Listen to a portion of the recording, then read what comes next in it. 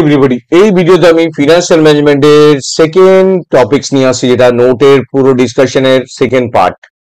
তো এই ভিডিওটা কন্টিনিউয়াস চলবে, পুরো সাবজেক্টটা এ টু জেড তোমাদেরকে বোঝাবো নোট ডিসকাশনের মধ্যে দিয়ে। তো যখন আমি কোনো জিনিস বোঝাচ্ছি সেগুলো যদি শোনো মন দিয়ে, নিজে থেকে বানাতে পারো। পুরো সাবজেক্টটা তোমরা কিন্তু পরীক্ষায় পাস মার্কস উঠে যাবে যদি তোমরা আমার এই ভিডিওর প্রত্যেকটা জিনিস শোনো মন দিয়ে, স্কিপ না করে। এই ভিডিওতে যেটা ডিসকাস করবো সেটা হচ্ছে scope of financial management. Financial management scope কি? খুব ভাইটাল কোশ্চেন এটা। তোমরা ভাবছো কত নম্বর আসতে পারে? দেখো, অ্যাকাউন্টে ভরসা নেই, এটা 5 নম্বর আসতে পারে, 15 নম্বরও আসতে পারে। তোমাকে পড়তে হবে কিন্তু এমন ভাবে যেটা 15 নম্বরে লিখতে পারো, 5 নম্বরে লিখতে পারো। তো প্রথমে আসি স্কোপ অফ ফিনান্সিয়াল ম্যানেজমেন্ট।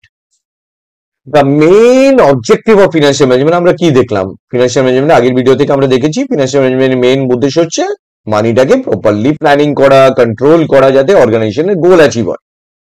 এবং অর্গানাইজেশন কি করে? দুটো মেইন গোল থাকে, একটা লং টার্ম গোল, একটা short term goal. Short term needs থাকে, সেটা অ্যারেঞ্জ করার দায়িত্ব হচ্ছে ফিনান্সিয়াল ম্যানেজমেন্টের। তাহলে main objective of financial management is to arrange sufficient finance for meeting short term and long term needs. Financial management will have to concentrate on the following areas of finance function. কোথায় কোথায় concentration করতে পারে? একটা হচ্ছে estimating financial requirement. The first task of financial manager is to estimate the short-term and long-term financial requirement of his business. Short-term and long-term financial requirement টাকে বিজনেসের জন্য তোমাকে এস্টিমেট করা, যে আমি এটা এস্টিমেট চাইছি। For that, he will prepare a financial plan for present as well as future.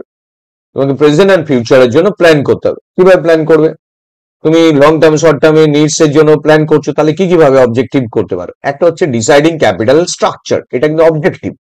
লক্ষ্যটা ভালো করে বোঝো, লক্ষ্য, অবজেক্টিভ মানে লক্ষ্যটা। ডিসাইডিং ক্যাপিটাল স্ট্রাকচার, ক্যাপিটাল স্ট্রাকচারটা কি হবে? ক্যাপিটাল স্ট্রাকচারের ভিতরে পয়েন্টসটা লিখছি, দেখো মন দিয়ে শুনবে। Capital structure refer to kind and portion of different security of raising fund. কিভাবে তুমি কিউবেতে সিকিউর করবে ফান্ড কালেক্ট করা। আফটার ডিসাইডিং কোয়ান্টাম ফান্ড, এত টাকা আমার দরকার, required, it should be decided which type of securities, কিভাবে আসবে, which should be raised, কিভাবে টাকাটা আসবে, কোন ওয়েতে টাকাটা আসবে, collected way. It may be wiser to finance fixed asset এর থ্রু দিয়ে আসবে, long term debt. Fixed asset কে তুমি ধারে রাখলে, তারপর সেখান থেকে টাকা আসলো, আমার এত জমি আছে এর থেকে টাকা আসলো। Even here, if gestation period is longer than the share capital may be more suitable. তো কখন কোনটা দিয়ে করবে, সেটা কোনটা মোর সুটেবল সেটা তোমাকে জানতে হবে। Long term fund should be employed to finance working capital also, if not wholly then partially. Entirely depending on overdraft and cash credit for meeting working capital needs may not be suitable. A decision about various sources for funds should be linked to the cost of raising fund. মানে কি হলো? তোমার capital structure যেটা আছে সেটা দিয়ে বিভিন্ন ভাবে তুমি ফান্ড করবে। কিভাবে? কতটা ফান্ড তুলবে, কোন কোন এরিয়া থেকে ফান্ড তুলবে, তুমি কি তোমার ফিক্স অ্যাসেট থেকে তুলবে, এবং কখন সেটা কিভাবে তুমি পে করবে, কিভাবে শেয়ার করবে। Long term fund should be employed to finance working capital. দেখো, এটা ক্যাপিটাল যেটা বাজেটিং বললাম, এটা ওয়ার্কিং এ। তাহলে তুমি ওয়ার্কিং এর জন্য কি করবে, ডে বাই ডে ওয়ার্কিং এর জন্য কিভাবে টাকাটা করবে। Long term fund should be employed in working ক্যাপিটালের জন্য, if not wholly then partially, কিছুটা করো, যে তোমার ডে বাই ডে অপারেশনের জন্য তোমার টাকা লাগবে, সেটা কি ওয়ার্কিং ক্যাপিটাল থেকে নেবে, যাতে যাতে ডে বাই ডে কাজ করতে পারবে। এই যে জিনিসগুলো ডিপেন্ড করছে তোমার কতটা ক্যাশ আছে, কতটা ড্রাফট ক্রেডিট ধার হয়ে আছে, এবং কতটা তুমি মেটাতে পারবে, এবং তুমি ডে বাই ডে কতটা টাকা তুমি লাগবে, সেই সব বিষয় নিয়ে একটা ডিসিশন নিতে হবে। সেই ডিসিশনটার উপর বেস করে কখন কোন সময় টাকাটা তুমি নেবে, কোন সময় টাকাটা ব্যবহার করবে, সেটা ডিসাইডিং ক্যাপিটাল স্ট্রাকচার। তাহলে এটা main objective. Number 2, selecting a source of finance.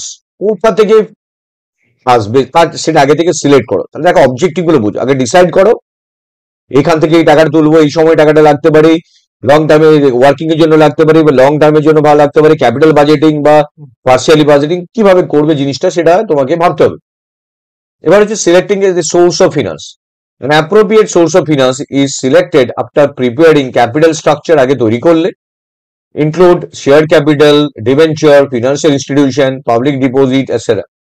If finance is needed for short-term period, then bank, public deposit, financial institution may be appropriate. On the other hand, if long-term finance is required, then share capital and debenture may be useful. যদি long term requirement ভাবো তাহলে share capital and ডিবেঞ্চারে ভরসা করো, আর যদি তুমি short টার্মের জন্য ভাবো তাহলে ব্যাংকে পাবলিক ডিপোজিট ফিনান্সিয়াল ইনস্টিটিউট থেকে নাও, তাহলে হবে।